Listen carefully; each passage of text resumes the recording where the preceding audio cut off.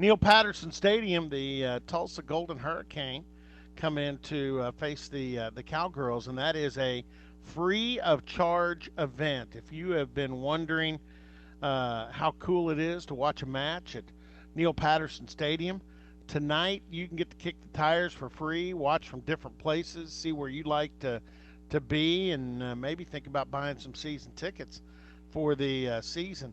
We're going to talk with Colin Carmichael. In fact, he joins us now. Colin, good morning. Glad to have you on. And I know it's a game, it's a match day, it's an exhibition, but I know you and your staff and your players, exhibition, you want to win. Yeah, of course. It's a practice game, but we always try, whether it's in the spring or preseason, we're going to try and win.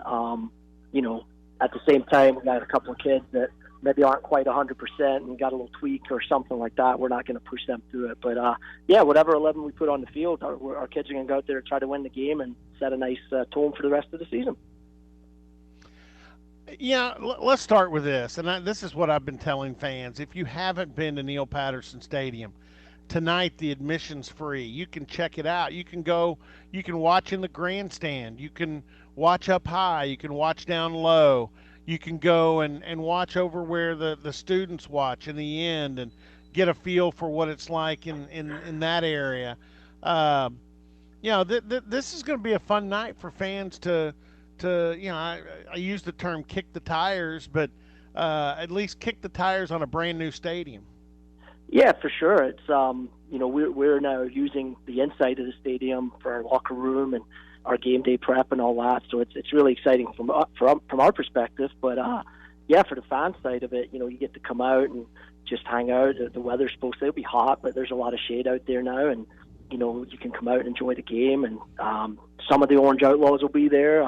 Not everybody's back yet because the kids haven't started school, but there'll be a good student section. It'll be fun, and you can kind of decide where you get the best view of the action. So it should be a great night. Hopefully a big crowd since it's free, and hopefully a lot of people that come and watch will decide they enjoy themselves, and they'll want to buy some season tickets and come out and support us the rest of the year. I know when this was being built, I went on some of the tours that you were a part of with the media, and there were things you were really excited about. Now that your team has moved in, now that you're in there, the amenities, all the full impact of Neal Patterson Stadium is there for your team to experience. Is there anything that you were underestimated and thought, wow, now that we're in here, this part of this is really good? Yeah, maybe I think just the convenience of everything. We show up for training. Our kids go to Neal Patterson Stadium. They go in the training room. They get treatment, stretched out, whatever they need to do with Todd, and then they go next door to the locker room. They can hang out. They can listen to some music, watch TV. Then they come in the meeting room, which is right next door, and we get to do a chalk talk with them or video or whatever we want to discuss. And then they go to the boot room, they pick up their cleats, and they walk out the door and they practice. The end of practice, they come inside, they go to the boot room, they hang up their cleats, they go in the athletic training room, get whatever treatment, ice, whatever. They go to the nutrition station, they pick up their snacks and post-game recovery shakes and things, and then they go home. So I think that's been the biggest plus. It's just been amazing for us. We're used to having our kids show up at Gallagher, go to the training room, get in their car, drive over and train, drive back to Gallagher, do video breakdown, and work out here, and then head over there for practice. So I think that's on a daily basis. That's the biggest thing for our kids. Everything is right there. It's a one-stop shop, and it's been awesome. Colin Carmichael, head coach of the Oklahoma State Cowgirls, with us. They play tonight at Neal Patterson Stadium against the University of Tulsa. It is a exhibition match at 7 p.m., and it's free of charge. So it's the price is right, and the competition is going to be pretty darn good. Before we get into talking more in detail about how your fall camp has gone and where your team is and the match tonight with Tulsa, one of the things that hits the public is the polls and the all preseason, all conference team, those things coming out of the Big 12. And I saw 7th was the pick. When I saw it, I kind of chuckled, honestly. Your team, and I don't know how closely you followed this last year, but if you equate football to football, TCU and Gary Patterson, pretty good football program, good team, and everybody's counting on them to. They're being picked pretty high this year after having a disastrous season last year because 30 of their players, and that's a big number on a football team, were injured during the course of the season. They were, uh, you know, really compromised by the injury bug. I think your team last year, and I'm not trying to make excuses, but I think your team last year had an unusual injury bug. And when they did, and it hit fast and it hit a bunch of players and it concentrated on your offense more than anything else. And we saw what happened to the team and the results. And you get a lot of those players back. What were your thoughts when the poll came out? Yeah, I mean, we know that if things had been different health wise last year, the season most likely would have ended differently. I mean, that's pretty clear for everybody to see, I think. So we know that, but those polls are based mainly on your results last year. So we finished ninth in the league last year, and they picked us seventh. So I kind of look at it from the standpoint of they could have picked us ninth based on last year's results. But I think the coaches in the league know that we should be a little bit stronger this year if we stay healthy, and that's reflected. The second thing is, I mean, when I look at our league, I think anywhere from like it's gotten better. 8-2, you could flip a coin. I mean, when I did, we do the voting, and you can't vote for your own team, and I had a really hard time trying to separate, Baylor, Texas, Texas Tech, TCU, Kansas, Oklahoma. I mean, all these teams are very similar talent-wise, so I think that's part of it as well. I think you could take number 7 and plug them in at number 3, and I don't think many people would blink an eyelid. And you could also take number 2 and put them at number 6, and I think a lot of people would agree. So I think that's what it's reflected on. But the other thing that I was reminded of is 2 years ago we were picked 7th and we won the whole league. So I don't put too much stock into it. Well, and I like that. I've forgotten that. That's a good deal. It's a good omen. Yep. Cowgirls will open the season with Lamar in their classic, and then they'll also play against UTSA before coming home and opening the home season with Oral Roberts. That'll be on September 1. Tonight, though, it's Tulsa, and Kim Rodriguez comes back to anchor you on defense. She was a preseason All Big 12 defender and was a All Big 12 defender last year. The great thing is, and you've experienced this with these girls during fall camp, the injured players from a year ago that are back and healthy, primarily on your front line, your forwards were decimated. How fun has fall camp been seeing those girls back healthy and seeing what they can do? Yeah, it's been good. We're happy with preseason up to this point, and the hard thing in our sport is it's so few practices, and then you play a game. We're excited to play. I wouldn't say ready, because we've had basically 9 days actually of training, and in any sport you do 9 days, you can't cover everything. So we're super excited. Our kids have a lot of energy and they're having fun, and you can see there's some talent out there. So we know we have a chance to have a good season.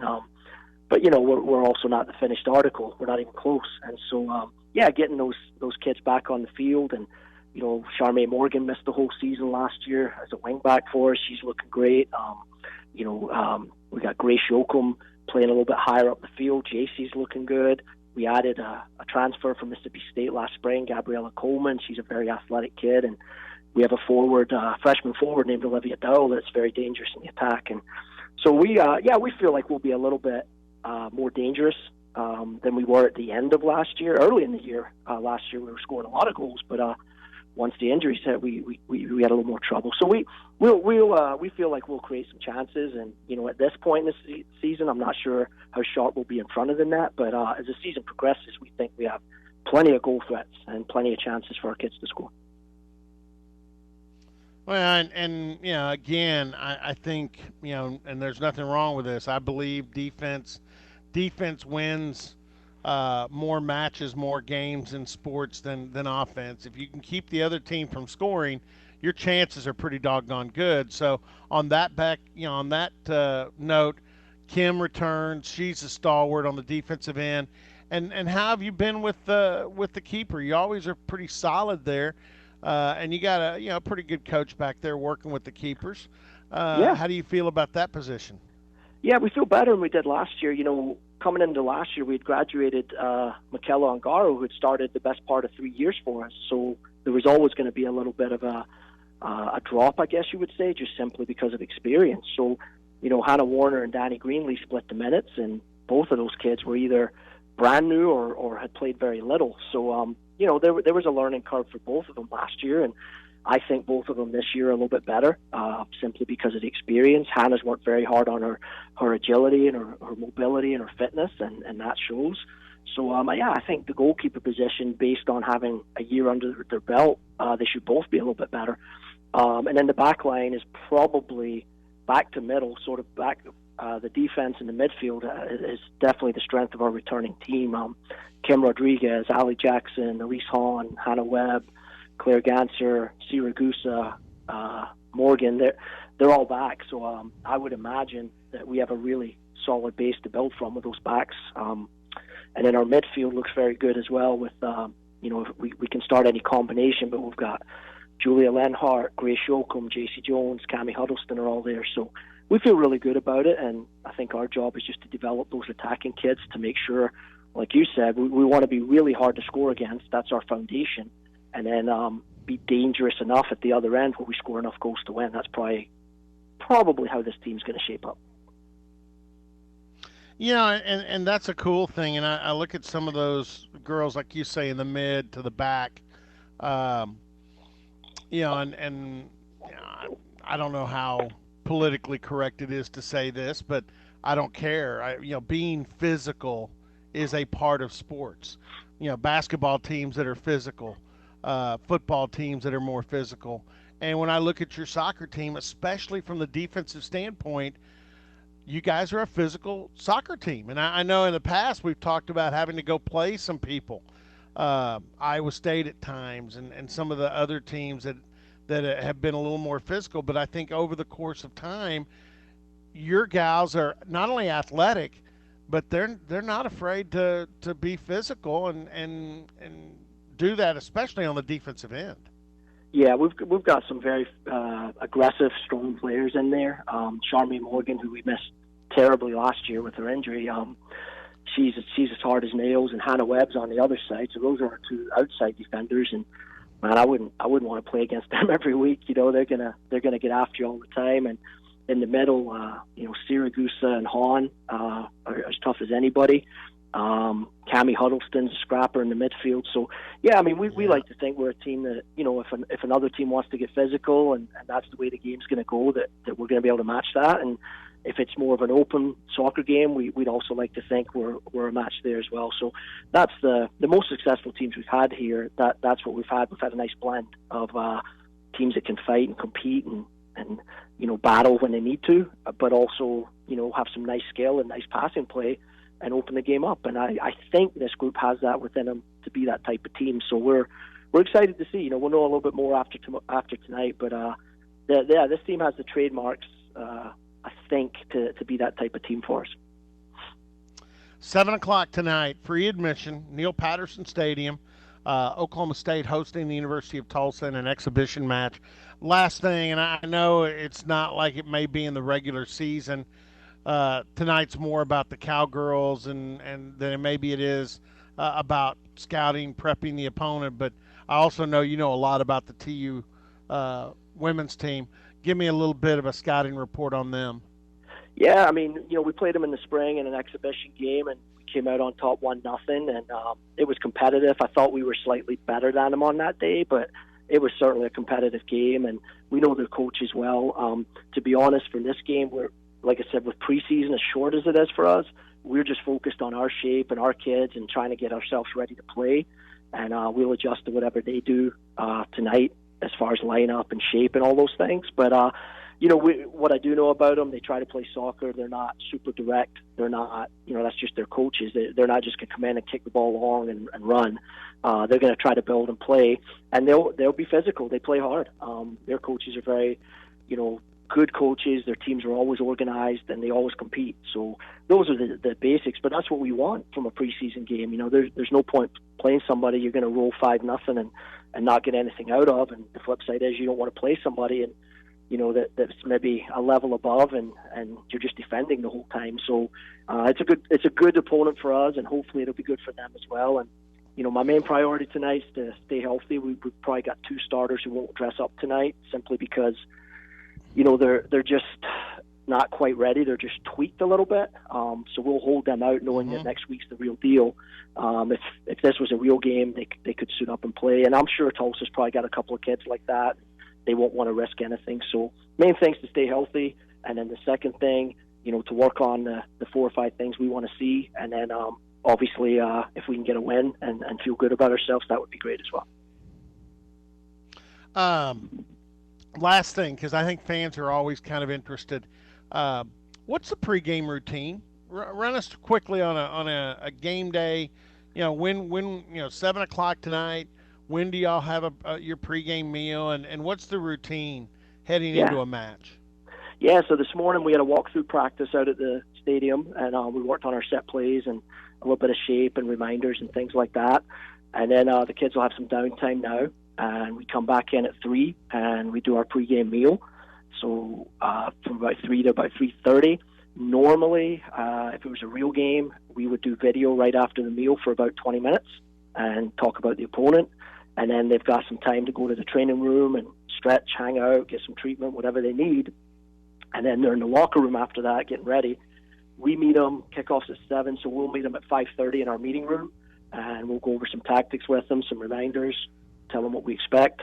And then they start warm-up about 6 o'clock, right, an hour before kickoff. So that's kind of our normal routine. And today was a little bit different because we're still technically in preseason, so we had breakfast this morning, walkthrough and all that. But normally the kids will be in school, and we'll see them at 3 for the pregame meal and video, and then they'll go on from there. All right. Again, there's an insight, folks, for in the Cowgirls. Again, tonight, free admission. It's a tremendous match with Oklahoma State and Tulsa. Now, again, it's an exhibition, but I can guarantee you there will be no shortage of effort or desire on either side. Both these teams want to get off on the right foot and positive, so it should be a lot of fun, and always is fun to see a Cowgirl soccer match at Neal Patterson Stadium. It's changed, hadn't it, Colin? It's changed the whole atmosphere for your home matches. Changed everything. It's changed our preparation. Yeah. It's changed our game day. It's changed the in-game entertainment with a video scoreboard and the Orange Outlaws and everything, and it's changed our recruiting. So it's what Coach Holder and the Patterson family have done for us is amazing. And now I think our responsibility is to go out there and make them proud, and that's definitely what we intend to do. And they do. I can speak one of the most fun teams to watch on the Oklahoma State campus, Cowgirl soccer. Hey, good luck tonight. I appreciate the time, Colin. Anytime, Robert. Thank you.